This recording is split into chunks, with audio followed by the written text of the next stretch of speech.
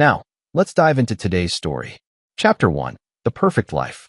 Marcus Brown adjusted his tactical watch as he surveyed the 30-acre property he'd purchased in the hills of Montana.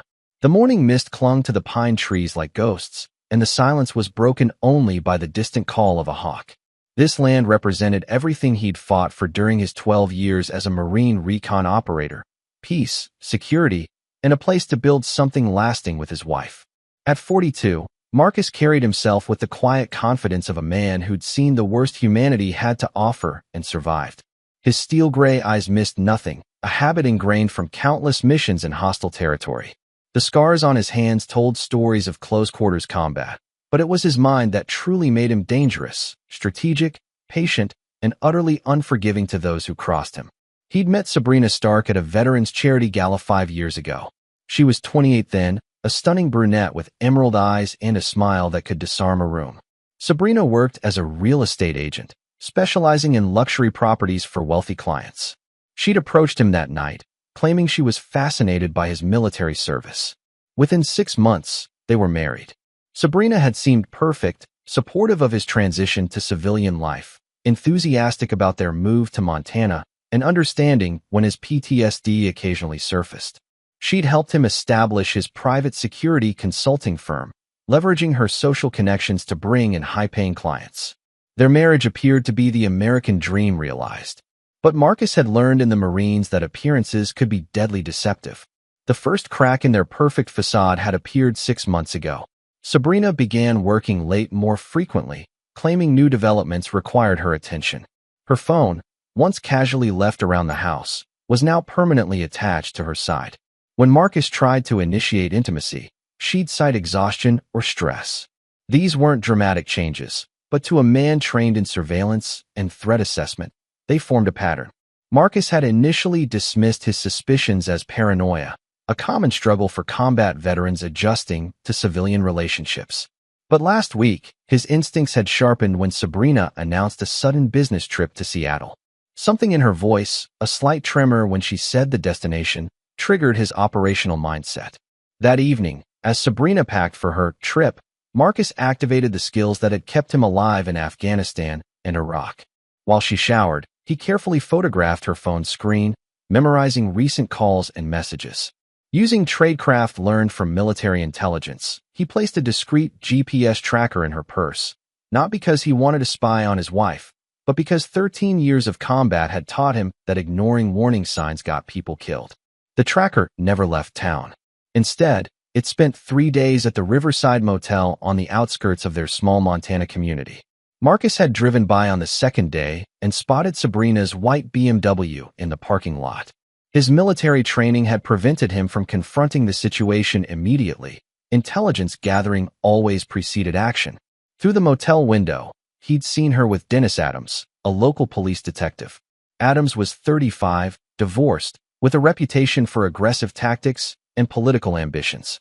The man had approached Marcus twice at community events, asking probing questions about his military service and making subtle comments about how different life must be for veterans in small towns. Watching his wife in another man's arms had triggered something primal in Marcus, not heartbreak, but cold, calculating rage. In the Marines, betrayal by a teammate meant death.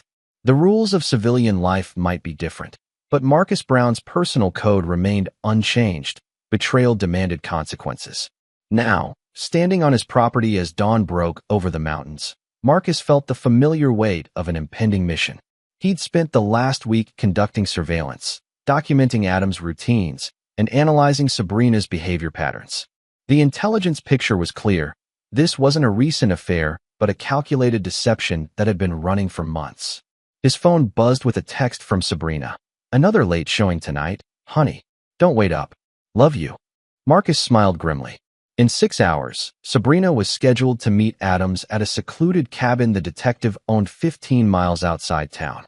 Marcus had discovered the location through careful reconnaissance, and tonight, he planned to gather the final piece of intelligence he needed. As he walked back toward the house, Marcus felt the familiar calm that preceded action.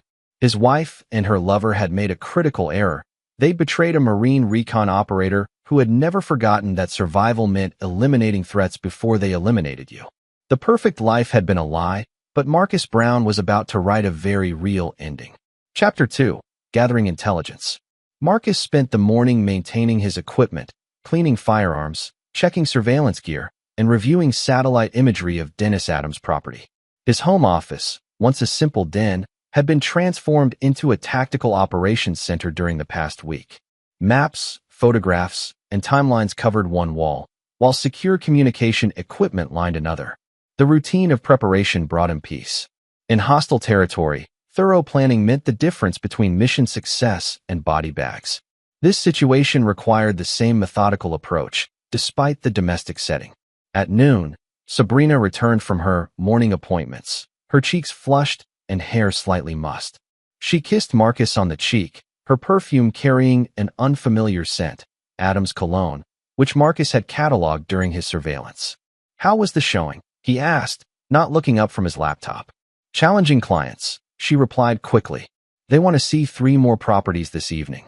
I might be very late." Marcus nodded, noting the micro-expression of relief that flashed across her face. Sabrina had always been a poor liar, but her recent practice had improved her technique. Not enough to fool a man trained in interrogation, but sufficient for civilian social interactions. After she left for her supposed afternoon appointments, Marcus implemented Phase 2 of his intelligence operation. Using skills learned in military intelligence, he accessed Adams' digital footprint through publicly available information and social engineering. A phone call to the police department, claiming to be a federal contractor verifying employment for a security clearance, provided additional details about the detective's schedule and habits. Adams was ambitious, corrupt, and careless, a dangerous combination in law enforcement. The detective had been investigated twice for excessive force and once for accepting bribes from local business owners seeking favorable treatment. Each investigation had been quietly buried through political connections, but the pattern revealed a man who believed himself untouchable. At 4 p.m., Marcus positioned himself at an observation post overlooking Adams' cabin. The structure sat in a valley surrounded by dense forest, accessible only by a single dirt road. It was an ideal location for clandestine meetings, isolated, defensible, and far from prying eyes. Adams had chosen well, but he'd also created a perfect kill zone. Through high-powered optics, Marcus watched Adams arrive at 5:30, followed 20 minutes later by Sabrina. Their embrace in the doorway confirmed what Marcus already knew, but seeing it triggered a cold fury that reminded him of combat situations where enemies had targeted his unit. For 2 hours, Marcus documented their activities through the cabin's windows. The intelligence wasn't just about infidelity. He observed their body language, timing patterns, and security awareness. Adams kept his service weapon on the kitchen counter, within easy reach but carelessly positioned. Sabrina appeared nervous, frequently checking her phone and glancing toward the windows. Both were so focused on their passion that they'd failed to notice the elevated positions surrounding their location. As darkness fell, Marcus prepared to withdraw from his observation post. He'd gathered sufficient intelligence for Phase 3 of his operation. But as he packed his equipment, a glint of metal in the tree caught his attention. Someone else was watching the cabin. Marcus immediately went prone, using natural cover to observe the new presence. Through his scope, he identified a second surveillance position approximately 300 meters from his location. The occupant was using professional-grade equipment and maintained excellent fieldcraft. This wasn't a curious local or jealous spouse. For 30 minutes, Marcus studied the unknown observer. The individual's positioning, equipment, and discipline suggested military or law enforcement training. More concerning, the person appeared to be preparing for action beyond simple surveillance. At 9 p.m., as Adams and Sabrina prepared to leave the cabin, the unknown observer began moving. Marcus tracked the figure's approach through thermal imaging, noting the tactical movement patterns and what appeared to be a suppressed rifle. The pieces clicked into place with terrifying clarity. Someone intended to kill Marcus Brown tonight, and they planned to do it while he was supposedly unaware of his wife's infidelity. The perfect setup, a grieving widow and her police detective lover investigating the mysterious death of a veteran with PTSD. Marcus smiled grimly in the darkness. His wife and her lover had orchestrated more than an affair. They'd planned his murder. But they'd made a fatal error in judgment. Marcus Brown wasn't a victim waiting to be eliminated. He was a predator who'd just identified his prey. As the assassin moved into position, Marcus began his own tactical approach. The hunter had become the hunted, but the roles were about to reverse. Tonight would end with blood, but it wouldn't be his. The game had begun, and Marcus intended to win. Chapter 3: The Sniper's Bullet. The shot came at 10:47 p.m., just as Marcus rounded the corner of his barn. The bullet whizzed past his head with the distinctive crack of a high-velocity round, splintering the wooden door frame where his skull had been milliseconds earlier. His Marine recon training took over instantly, muscle memory from 100 combat situations flooding his system. Marcus dove left, rolling behind a concrete water trough as a second shot sparked off the metal rim. His mind processed the ballistic data automatically. Subsonic ammunition, suppressed rifle, approximately 150-meter range based on the sound delay. The shooter was positioned in the treeline overlooking his property's northern approach. In the darkness, Marcus smiled coldly. The assassin had made several critical errors. First, taking the shot from a static position rather than moving after the initial miss. Second, using subsonic rounds that sacrifice stopping power for stealth, a fatal compromise when targeting someone trained to fight wounded. Third, assuming Marcus would react like a civilian instead of a combat veteran. Moving with the fluid precision of special operations training, Marcus low-crawled toward his workshop, using terrain features to mask his movement. The building contained his operational equipment, weapons, communications gear, and night vision equipment that would shift the tactical advantage decisively in his favor. The assassin fired twice more, both shots missing as Marcus anticipated the shooter's lead calculations. Whoever this was had marksman training but lacked the combat experience to adapt when the situation deteriorated. Marcus reached his workshop and slipped inside through a concealed entrance he'd built during construction. Within 60 seconds, he'd armed himself with a suppressed M4 carbine and third-generation night vision equipment. The familiar weight of combat gear transformed him from potential victim to apex predator. Through the green-tinted display, he could see the muzzle flash of the assassin's rifle, a fatal error that revealed the shooter's exact position. Marcus exited through the workshop's rear door and began a tactical approach that would have impressed his old unit commanders. Using shadows and terrain, he moved in a wide arc that brought him behind the assassin's position. The shooter was focused entirely on the area where Marcus had disappeared, never imagining that his target was now hunting him. At 50 meters, Marcus could see the assassin clearly through his optics. The figure was male, mid-30s, wearing tactical gear and using professional equipment. More importantly, he was completely focused on the wrong area, expecting Marcus to emerge from cover like a panicked civilian. Marcus closed to 20 meters before speaking. "Drop the weapon." The assassin spun toward the voice, rifle swinging in Marcus's direction. It was the last mistake he would ever make. Marcus fired twice, precise shots to center mass that dropped the man instantly. The suppressed rounds made no more sound than a pneumatic tool, and the threat was neutralized before he could cry out. Moving quickly to the body, Marcus conducted a tactical search. The assassin carried no identification, but his equipment told a story. The rifle was a Remington 700 with high-end optics, expensive but not military issue. The gear was professional grade but purchased commercially rather than military surplus.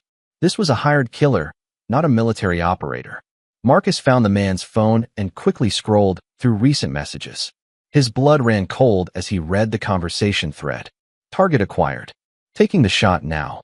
Copy. Make sure it looks like a robbery gone wrong. Understood. We'll stage the scene after. The final message, sent just minutes before the attack, made Marcus's jaw clench. Package delivered. Moving to extraction point. But there was one more message, sent after the shooting began. Plan compromised. Target is armed and dangerous. Requesting immediate backup. And the response that confirmed Marcus's darkest suspicions. Negative. Abort mission and eliminate all traces. The arrangement is void. The phone's contact list contained only two numbers, one labeled Control and another simply marked S. Marcus didn't need intelligence training to decode that second entry. He quickly photographed the messages before checking the assassin's body for additional intelligence. Hidden in a concealed pocket, he found a thick envelope containing $20,000 in cash and a brief note. Half now, half when confirmed. Make it clean.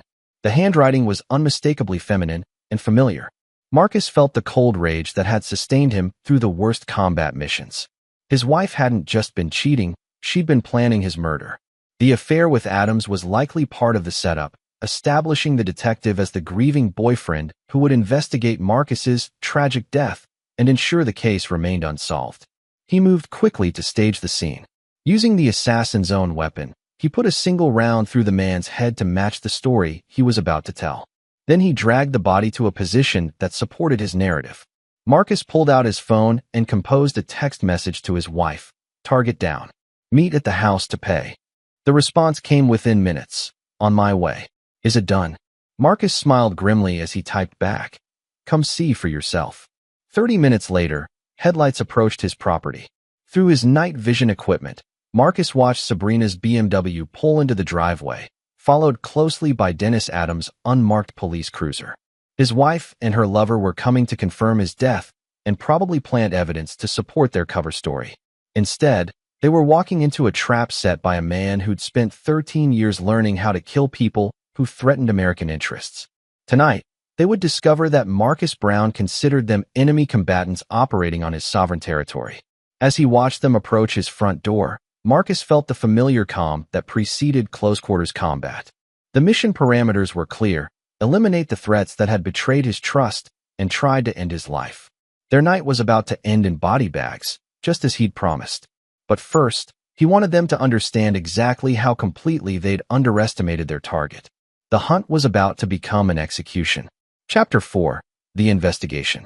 Marcus watched from his concealed position as Sabrina and Adams approached the house with obvious anxiety. Through thermal imaging, he could see their elevated heart rates and nervous movements. They expected to find his corpse, not an empty house with all the lights off. Marcus. Sabrina called out, her voice carrying false concern. Honey, are you okay? I got your text about trouble. Adams had his hand on his service weapon, scanning the darkness with the inadequate flashlight attachment on his gun. The detective's tactical positioning revealed minimal combat training. He moved like someone who'd learned from police academy simulations rather than real-world experience. Marcus remained motionless in his hide site, gathering intelligence on their operation. Through sensitive audio equipment, he recorded their conversation as they approached the front door. Something's wrong, Adams muttered. The shooter confirmed the hit an hour ago. Maybe Marcus is inside, Sabrina replied, but her tone suggested she hoped otherwise. The text said to meet here for payment. That wasn't the arrangement, Adams said sharply. Payment was supposed to happen at the secondary location after confirmation. Why would he change the plan? Marcus smiled coldly. They were discussing his murder with the casual efficiency of ordering takeout food. Any lingering doubt about their intentions evaporated as he listened to them coordinate the logistics of collecting his life insurance policy. Let's check the barn, Sabrina suggested. Maybe something went wrong and Marcus fought back. As they moved toward the outbuilding where the supposed shooting had occurred, Marcus activated Phase 2 of his intelligence operation. Using equipment acquired during his government service, he penetrated Adams' personal communications and began downloading the detective's digital correspondence. The information was damning beyond Marcus's expectations. Adams had been planning this operation for 8 months, carefully researching Marcus's military background and identifying potential vulnerabilities. The detective had specifically recruited Sabrina through her real estate connections, targeting her because of her access to Marcus's financial information and daily routines. But the conspiracy went deeper than simple murder for money. Adams was being pressured by FBI investigators looking into his corruption activities. The detective needed a substantial sum to disappear before federal charges were filed, and Marcus's life insurance provided the perfect solution. Sabrina's inheritance would be shared equally, giving both conspirators enough money to start new lives in non-extradition countries. More disturbing was the evidence that this wasn't their first collaboration. Adams and Sabrina had been systematically targeting wealthy older men for the past 3 years. 2 previous husbands had died in suspicious accidents that Adams had investigated personally, ensuring the cases remained unsolved. Marcus was intended to be their final score before international relocation. As Marcus processed this intelligence, he heard Sabrina scream from inside the barn. They'd discovered the assassin's body, staged to look like Marcus had killed his attacker before succumbing to his own wounds. But Marcus's corpse was notably absent, creating a problem neither conspirator had anticipated. Where the hell is he? Adam snarled, his voice carrying clearly in the night air. The shooter confirmed the kill. Marcus should be right here. Maybe he crawled away wounded, Sabrina suggested, but her tone revealed growing panic. We need to find him before he bleeds out and calls for help. No, Adam said grimly. If Marcus survived the initial attack, he's not wounded. He's hunting us. We need to get out of here immediately. Marcus was impressed despite himself. The detective had finally displayed tactical intelligence, recognizing that a wounded Marine recon operator was infinitely more dangerous than a dead one. Unfortunately for Adams, this realization had come several hours too late to save either conspirator. As they hurried back toward their vehicles, Marcus implemented the next phase of his operation. Using commercial-grade jammers, he disabled their cell phone communications and activated GPS spoofing equipment that would confuse their navigation systems. The property was now electronically isolated, preventing outside communication while masking its exact location from any digital tracking. My phone's dead, Sabrina said, panic rising in her voice. No signal at all. Mine too, Adams confirmed.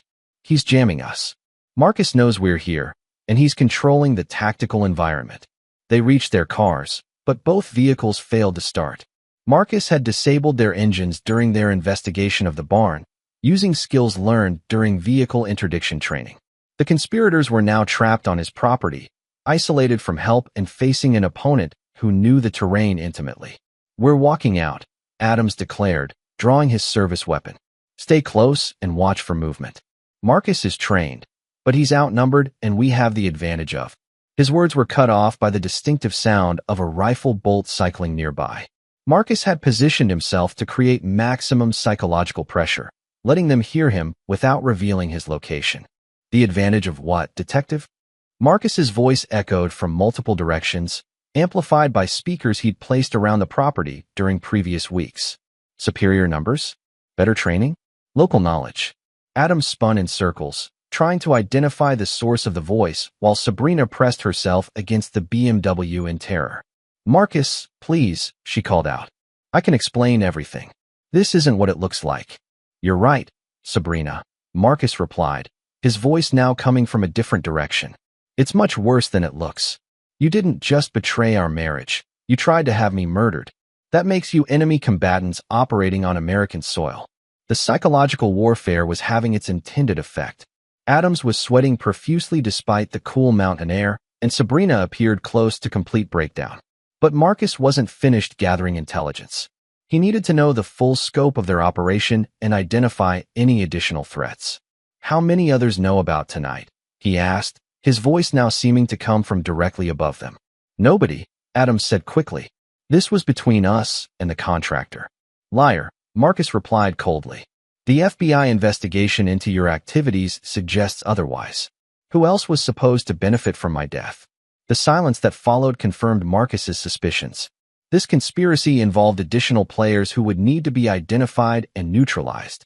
His mission had expanded beyond simple personal revenge to include protecting national security interests. The hunt would continue, but first, he needed to extract complete intelligence from his current prisoners. And prisoners they were, despite being unrestrained and armed. Marcus controlled every aspect of their environment, making escape impossible while maintaining complete tactical superiority. The interrogation was about to begin. Chapter 5, Setting the Trap.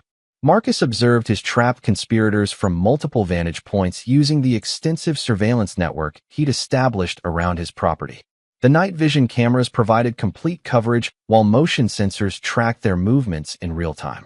Adams and Sabrina huddled near their disabled vehicles, whispering frantically about escape options that didn't exist. We need to reach the main road, Adams said, studying the darkness around them. It's only 2 miles through the forest. We can call for backup once we get cell service. I'm not walking through those woods at night, Sabrina replied, her voice shaking. Marcus knows every inch of this property. He'll pick us off before we make it 100 yards. Marcus smiled grimly at her tactical assessment. Sabrina was finally displaying the intelligence that had attracted him initially, but her insight had come too late to save her life. Still, he needed them to attempt escape.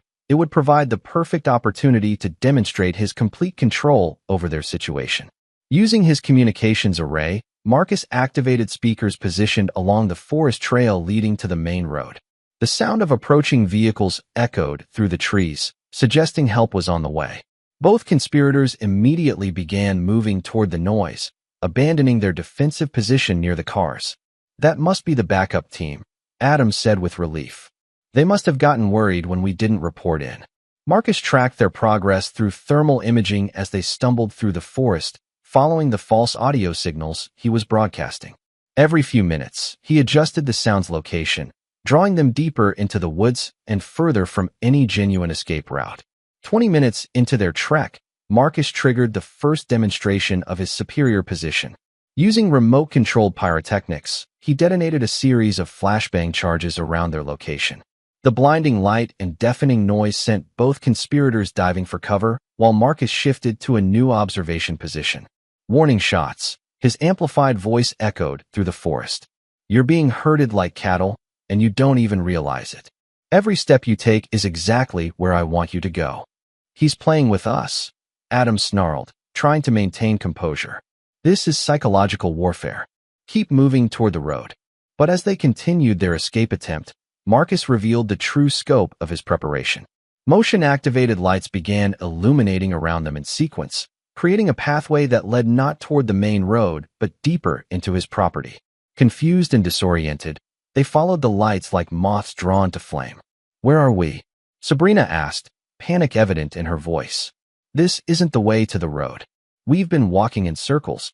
Marcus had led them to a clearing in the center of his property, a natural amphitheater surrounded by elevated positions that provided perfect fields of fire.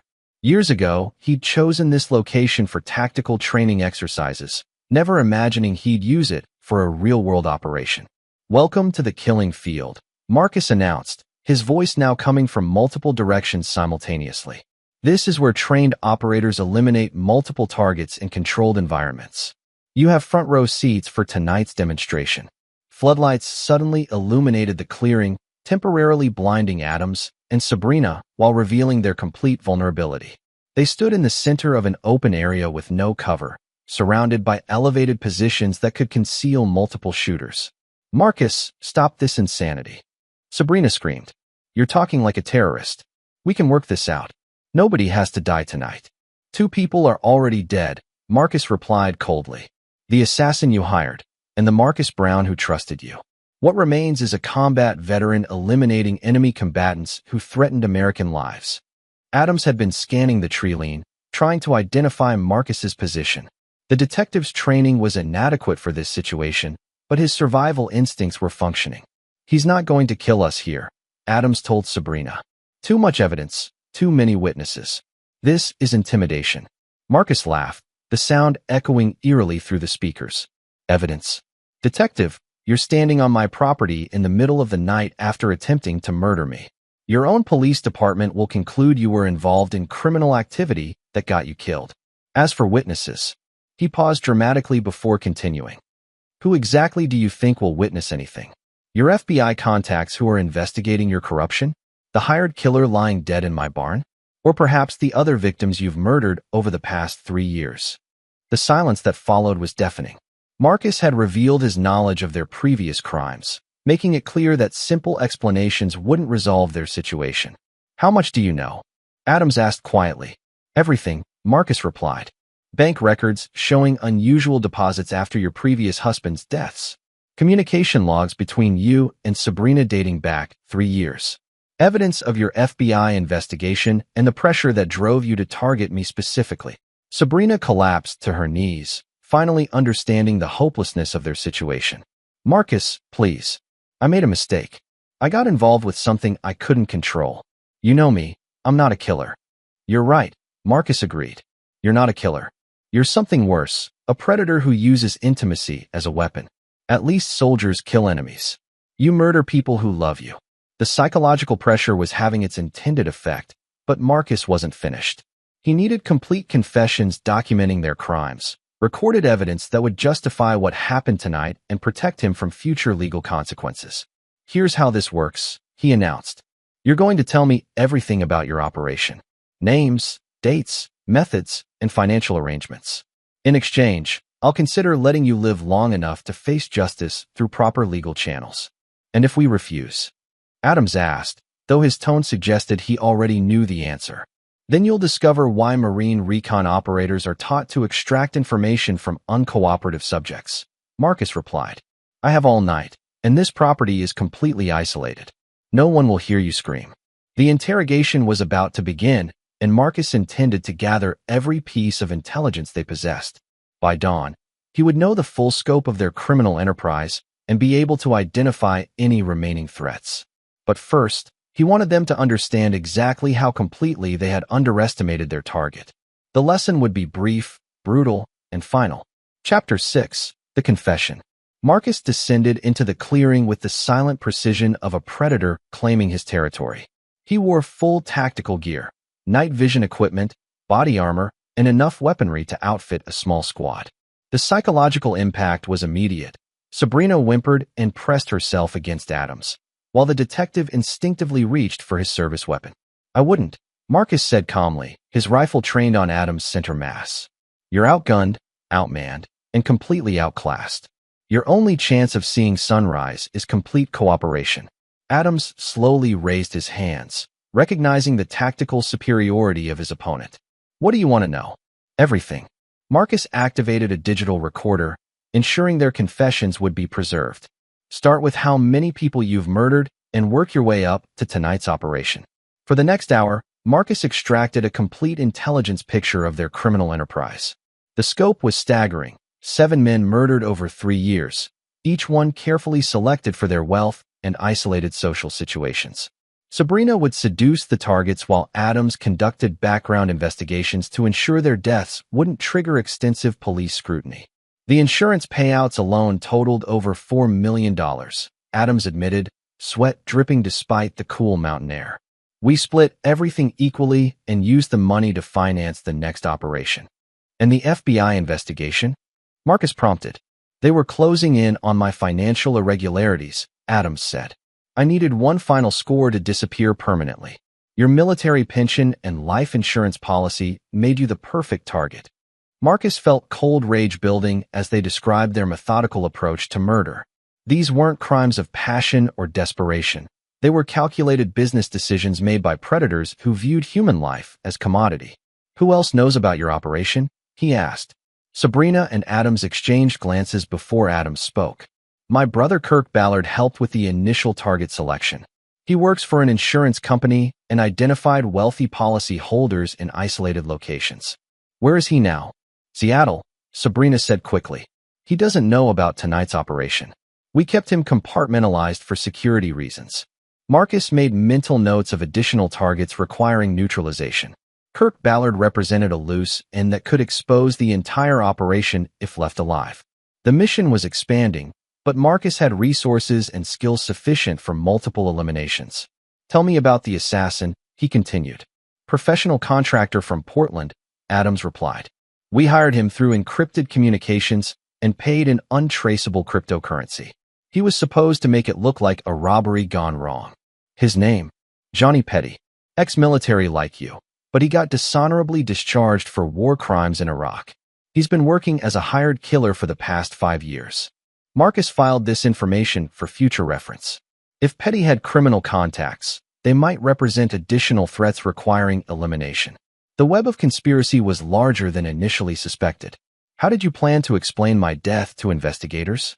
Sabrina answered with disturbing matter-of-fact precision.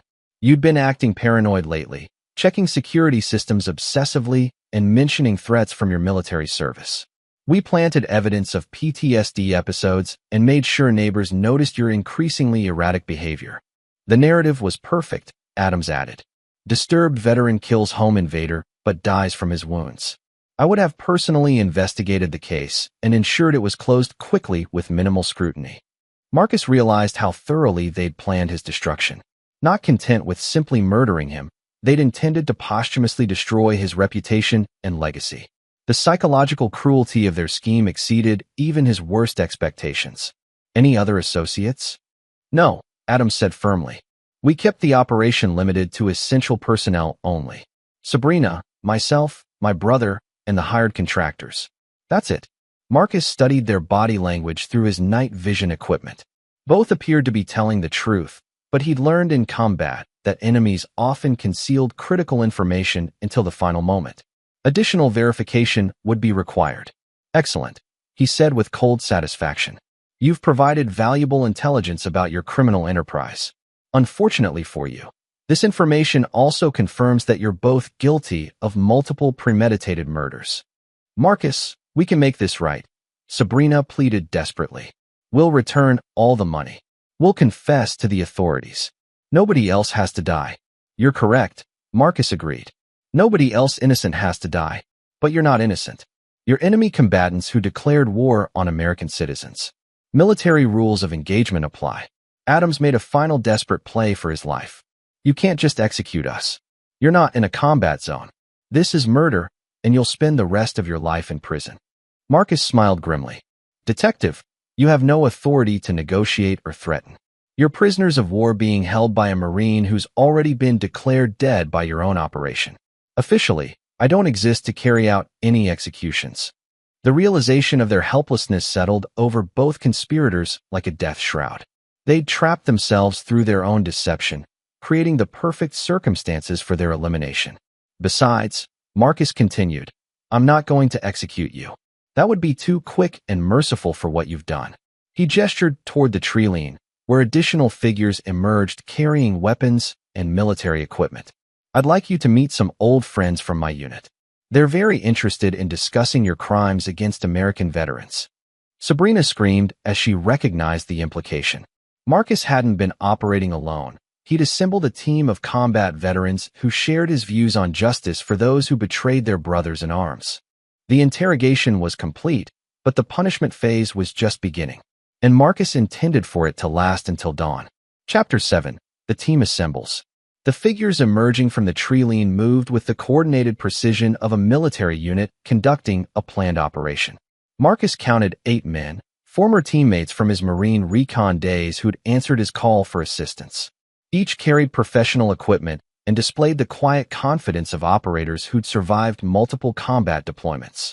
Leading the group was Sergeant Major Warren Lambert, Marcus's former unit commander and the closest thing to a father figure he'd known in the Corps. At 55, Lambert remained in fighting condition, his silver hair and weathered face carrying the authority of 3 decades in special operations. Sir, Marcus acknowledged formally. Thank you for responding. Marcus, Lambert replied, his voice carrying the gravitas of countless battlefield decisions. You said these people murdered veterans. We don't let that go unpunished. Behind Lambert stood Gunnery Sergeant Rex Chan, a weapons specialist whose expertise with explosives had saved their unit multiple times in Afghanistan. Beside him, Corporal Isaac Adams, no relation to the detective, served as their communications expert and electronic warfare specialist. The remaining team members represented the core of Marcus's former squad: snipers, medics, intelligence analysts, and assault specialists who'd learned to function as a single organism during their overseas deployments. These men had shared foxholes and saved each other's lives in places most Americans couldn't pronounce. Jesus Christ, Dennis Adams whispered, recognizing the tactical situation had shifted dramatically. You've got a whole goddamn platoon out here. Not a platoon, Lambert corrected coldly. A tribunal. We're here to render judgment on enemies who've attacked our brothers. Sabrina looked between the armed men surrounding her, finally understanding that her charm and manipulation tactics were useless against operators who'd faced real enemies in actual combat. This is illegal. You can't just form a vigilante group and— Ma'am, Rex Chan interrupted politely, we're not vigilantes. We're combat veterans exercising our duty to protect American citizens from domestic enemies. The Constitution we swore to defend includes provisions for dealing with traitors. Isaac Adams activated electronic jamming equipment that would prevent any outside communication while masking their activities from satellite surveillance. The area is now electronically secure, he reported. No outside observation or interference possible. Marcus felt the familiar comfort of operating with his old team. These men understood loyalty, sacrifice, and the absolute necessity of eliminating threats to innocent Americans. Unlike civilian law enforcement, they had no bureaucratic constraints or political considerations limiting their effectiveness. What's the intelligence picture? Lambert asked, accepting the digital recorder containing Adams and Sabrina's confessions. 7 confirmed murders over 3 years, Marcus reported. Multiple conspiracy charges, federal law enforcement corruption, and attempted murder of a United States Marine. Additional suspects include Detective Adams' brother in Seattle and potentially other associates. Lambert nodded grimly. Rules of engagement? Full spectrum response authorized, Marcus replied, using military terminology that carried specific meaning among special operations personnel. Enemy combatants have forfeited legal protections through their actions against American citizens. The formal exchange established clear command authority and operational parameters. Lambert, as senior enlisted, would oversee the tribunal while Marcus retained tactical command as the primary injured party. The other team members would serve as both jury and execution squad. Dennis Adams, Lambert announced formally, you stand accused of multiple counts of murder, conspiracy to commit murder, corruption of federal law enforcement, and treason against the United States of America. How do you answer these charges? This isn't a real court, Adams protested. You have no legal authority to. Military tribunals operate under different authority than civilian courts, Rex Chon explained matter-of-factly. We're not bound by the same procedural requirements when dealing with enemy combatants on American soil. Sabrina Brown, Lambert continued, you stand accused of multiple counts of murder, conspiracy to commit murder, fraud, and sedition against American citizens. How do you answer these charges? I want a lawyer, Sabrina said desperately. I have rights under the Constitution. You forfeited those rights when you declared war on American veterans, Isaac Adams replied. Enemy combatants don't get lawyers. Marcus observed the proceedings with satisfaction. His former teammates were following established protocols for dealing with high-value targets who posed ongoing threats to national security. The formal structure provided legitimacy to what might otherwise appear as vigilante justice. The accused have refused to enter pleas, Lambert announced. Based on recorded confessions and physical evidence, this tribunal finds both defendants guilty of all charges. Sentencing will commence immediately.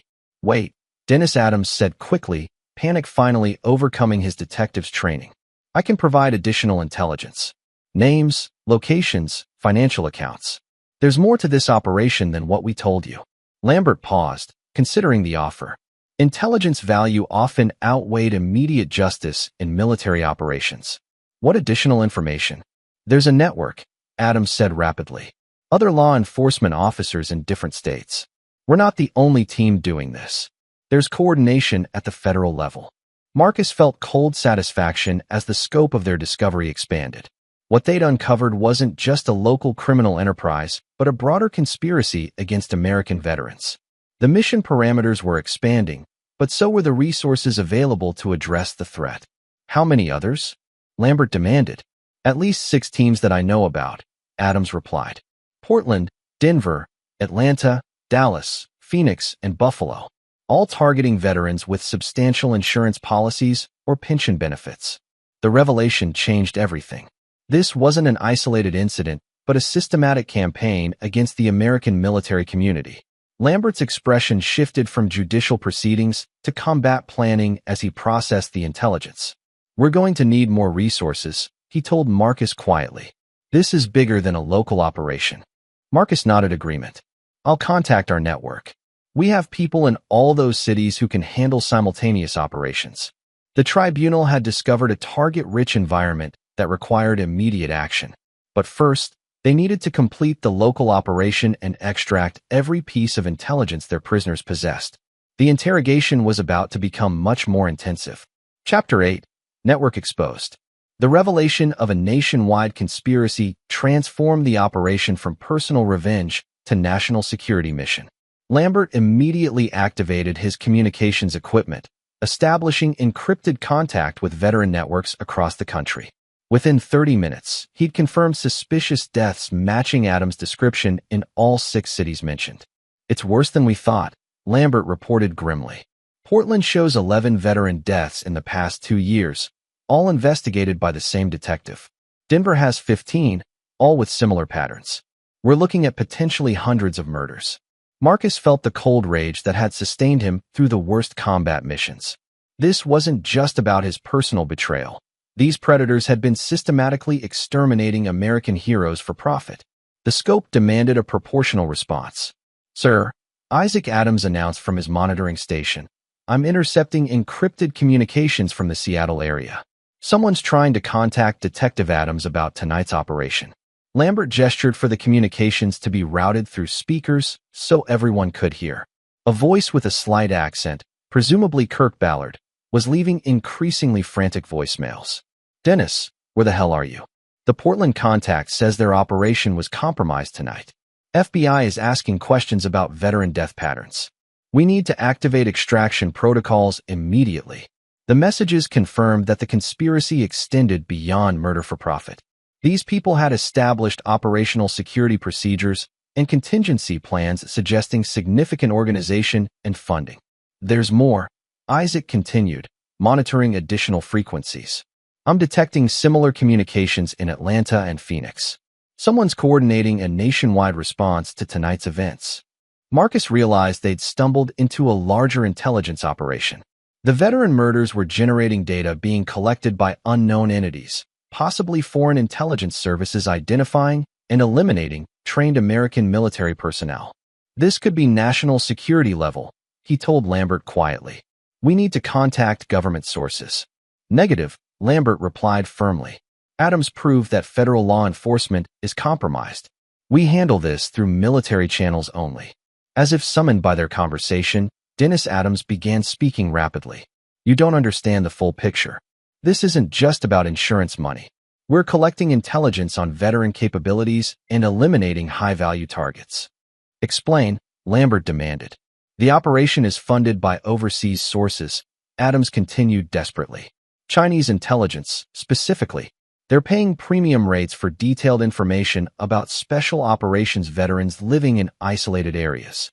The revelation sent shock waves through the assembled team.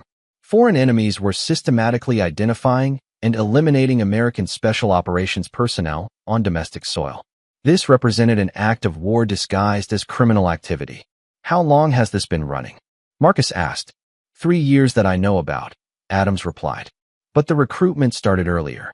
They approached corrupt law enforcement officers with access to veteran databases and offered substantial payments for specific intelligence." "What kind of intelligence?" "Everything. Service records, current addresses, financial status, family situations, medical conditions, and tactical capabilities. They wanted complete profiles on every special operations veteran in targeted areas." Rex Chan spoke for the entire team. "They're building target lists for future operations." The implications were terrifying. Foreign intelligence services weren't just murdering veterans. They were eliminating potential resistance leaders in preparation for future conflicts. Every death reduced America's capacity to respond to domestic threats. "We need those databases," Lambert declared. "Full intelligence picture on their collection activities." Adams nodded eagerly. "I can provide access codes and contact information. Everything is stored on encrypted servers in Seattle." "What about the overseas contacts?" Marcus asked. "Handled through intermediaries." Sabrina spoke for the first time in an hour. "We never had direct contact with foreign intelligence. Everything went through American citizens who claimed to be private investigators or insurance fraud specialists." "Names," Lambert demanded. For the next 2 hours, Adams and Sabrina provided detailed intelligence about their handlers, communication protocols, and operational procedures. The network was massive. Hundreds of corrupted law enforcement officers, private investigators, and criminal contractors working to systematically eliminate American military veterans. "The Chinese are paying bonuses for special operations personnel," Adams revealed. "Marine Recon, Navy SEALs, Army Rangers, Air Force Special Operations. Anyone with high-level training is worth premium rates." Marcus understood the strategic logic. Foreign enemies recognized that trained American veterans represented the greatest threat to occupation or invasion forces. Eliminating them preemptively would significantly reduce resistance capabilities. "How many veterans have been killed nationwide?" Lambert asked. "I don't know the exact number," Adams admitted. "But our team alone eliminated over 40 people in 3 years. If all 6 teams maintained similar productivity." Rex Chan did the mathematics quickly. "Over 200 confirmed kills, potentially many more if additional teams exist. The scope demanded immediate action. Every hour of delay meant more veterans would die while foreign enemies gathered intelligence on remaining targets. The mission had expanded beyond local justice to national defense. "We're activating the network," Lambert announced, referring to the informal organization of special operations veterans who maintained contact across the country. Full-spectrum operations in all target cities simultaneously. "What about these two?" Marcus asked, gesturing toward their prisoners. Lambert considered the question carefully. Adams and Sabrina possessed critical intelligence, but they also represented ongoing security risks. Their knowledge of the broader operation made them valuable assets, but their willingness to betray American interests made them unreliable. "They've provided useful intelligence," Lambert said finally, "but they're enemy combatants who've committed acts of war against American citizens. Military justice applies." The formal pronouncement carried the weight of battlefield decision-making. These people had forfeited their lives through their actions against American veterans. No further deliberation was required. But Marcus had one final phase of his personal revenge to complete before the larger operation commenced. Sabrina and Adams had tried to destroy him personally, and he intended to ensure they understood the consequences of their betrayal. The execution phase was about to begin, but first, he wanted them to experience the same fear their victims had felt in their final moments. Chapter 9. Justice Delivered. As dawn approached over the Montana mountains, Marcus stood before his assembled team and the two people who had tried to destroy his life. The night's revelations had transformed his personal revenge into a matter of national security, but he refused to let the larger mission overshadow the intimate betrayal he'd suffered. "Sabrina," he said quietly, his voice carrying the weight of 5 years of marriage and trust. "You shared my bed, ate at my table, and let me believe you loved me, all while planning my murder." She looked up at him with tears streaming down her face. The beautiful woman who'd once promised to honor and cherish him now revealed as a predator who'd targeted him for assassination. "Marcus, I did love you," she whispered. "At first, it was supposed to be just another job, but I fell in love with you for real. I tried to call it off, but Dennis said it was too late to back out." "Liar," Marcus replied coldly. "You recorded our intimate conversations to gather intelligence about my military service. You mapped my daily routines and identified my vulnerabilities. You never loved me. You studied me like a target." Adams remained silent, recognizing that his fate was sealed regardless of what he said. The detective's law enforcement training had taught him to recognize hopeless tactical situations, and this qualified completely. Lambert approached Marcus with the formal bearing of a commanding officer delivering final orders. "The network is activated. Teams are moving against targets in all 6 cities. Seattle, Portland, Denver, Atlanta, Dallas, and Phoenix operations will commence at 0600 local time." Marcus nodded acknowledgement. Across the country, veteran teams were preparing to eliminate the traitors who'd murdered their brothers in arms. The response would be swift, coordinated, and utterly merciless. "What about the overseas connections?" Marcus asked. "Special Activities Division is handling that aspect," Lambert replied, referring to the military's most classified operational units. "Chinese intelligence officers involved in this operation will receive appropriate responses through diplomatic channels." The bureaucratic language concealed the reality that foreign intelligence operatives on American soil would simply disappear, their deaths attributed to accidents or criminal activity. The United States military didn't tolerate foreign enemies targeting American veterans. "Sir," Rex Chan reported, "we have confirmation from all target cities. Operations are green across the board. Estimated enemy casualties will exceed 300 personnel by end of day." Marcus felt satisfaction at the scope of the response. The predators who targeted American veterans would be eliminated systematically, their network dismantled completely. But his personal mission required a more intimate resolution. "Dennis Adams," Marcus announced formally, "you corrupted your oath as a law enforcement officer to betray the citizens you swore to protect. You specifically targeted American veterans, turning your authority against the people who defended your freedom." "Marcus, listen," Adams said desperately. "I can still provide intelligence. There are offshore accounts, additional contacts, operational details you haven't discovered yet." "Intelligence gathering phase is complete," Lambert interjected. "Electronic analysis of communications provided sufficient data for network-wide operations." Additional information is no longer required. Isaac Adams had spent the night penetrating every electronic device the conspirators possessed, extracting terabytes of data that revealed the full scope of their treasonous activities. Bank records, communication logs, target lists, and operational procedures, everything needed to dismantle their network permanently.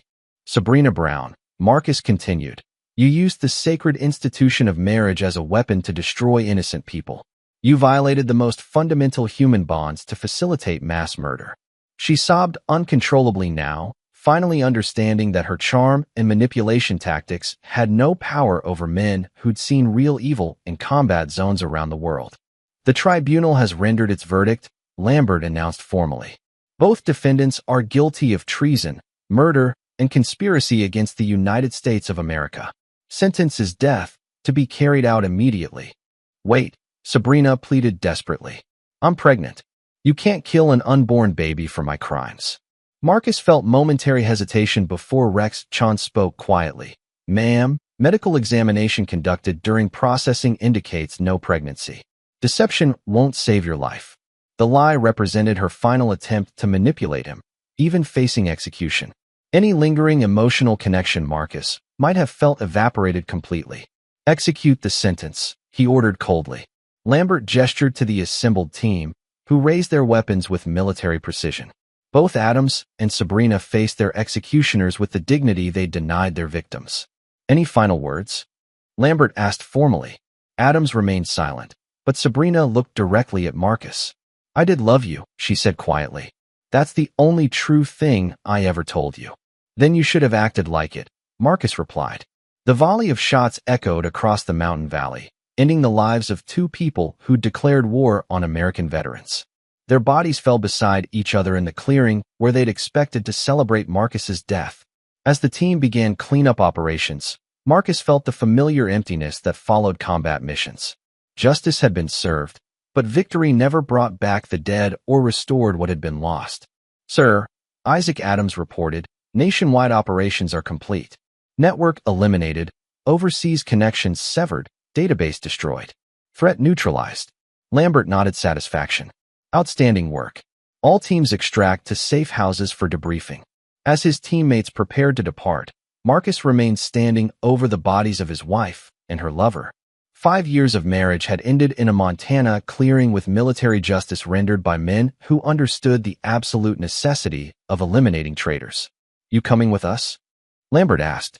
Marcus looked around his property, the land he'd purchased to build a peaceful life with someone who'd never existed. The dream was dead, but he'd survived to fight another day. Negative, sir, he replied. I'm staying. This is still my home. Lambert nodded understanding. If you need anything, you know how to reach us. As his team disappeared into the forest, Marcus stood alone with his thoughts and his dead enemies. The sun was rising over the mountains, illuminating a world where American veterans were safer because of the night's work.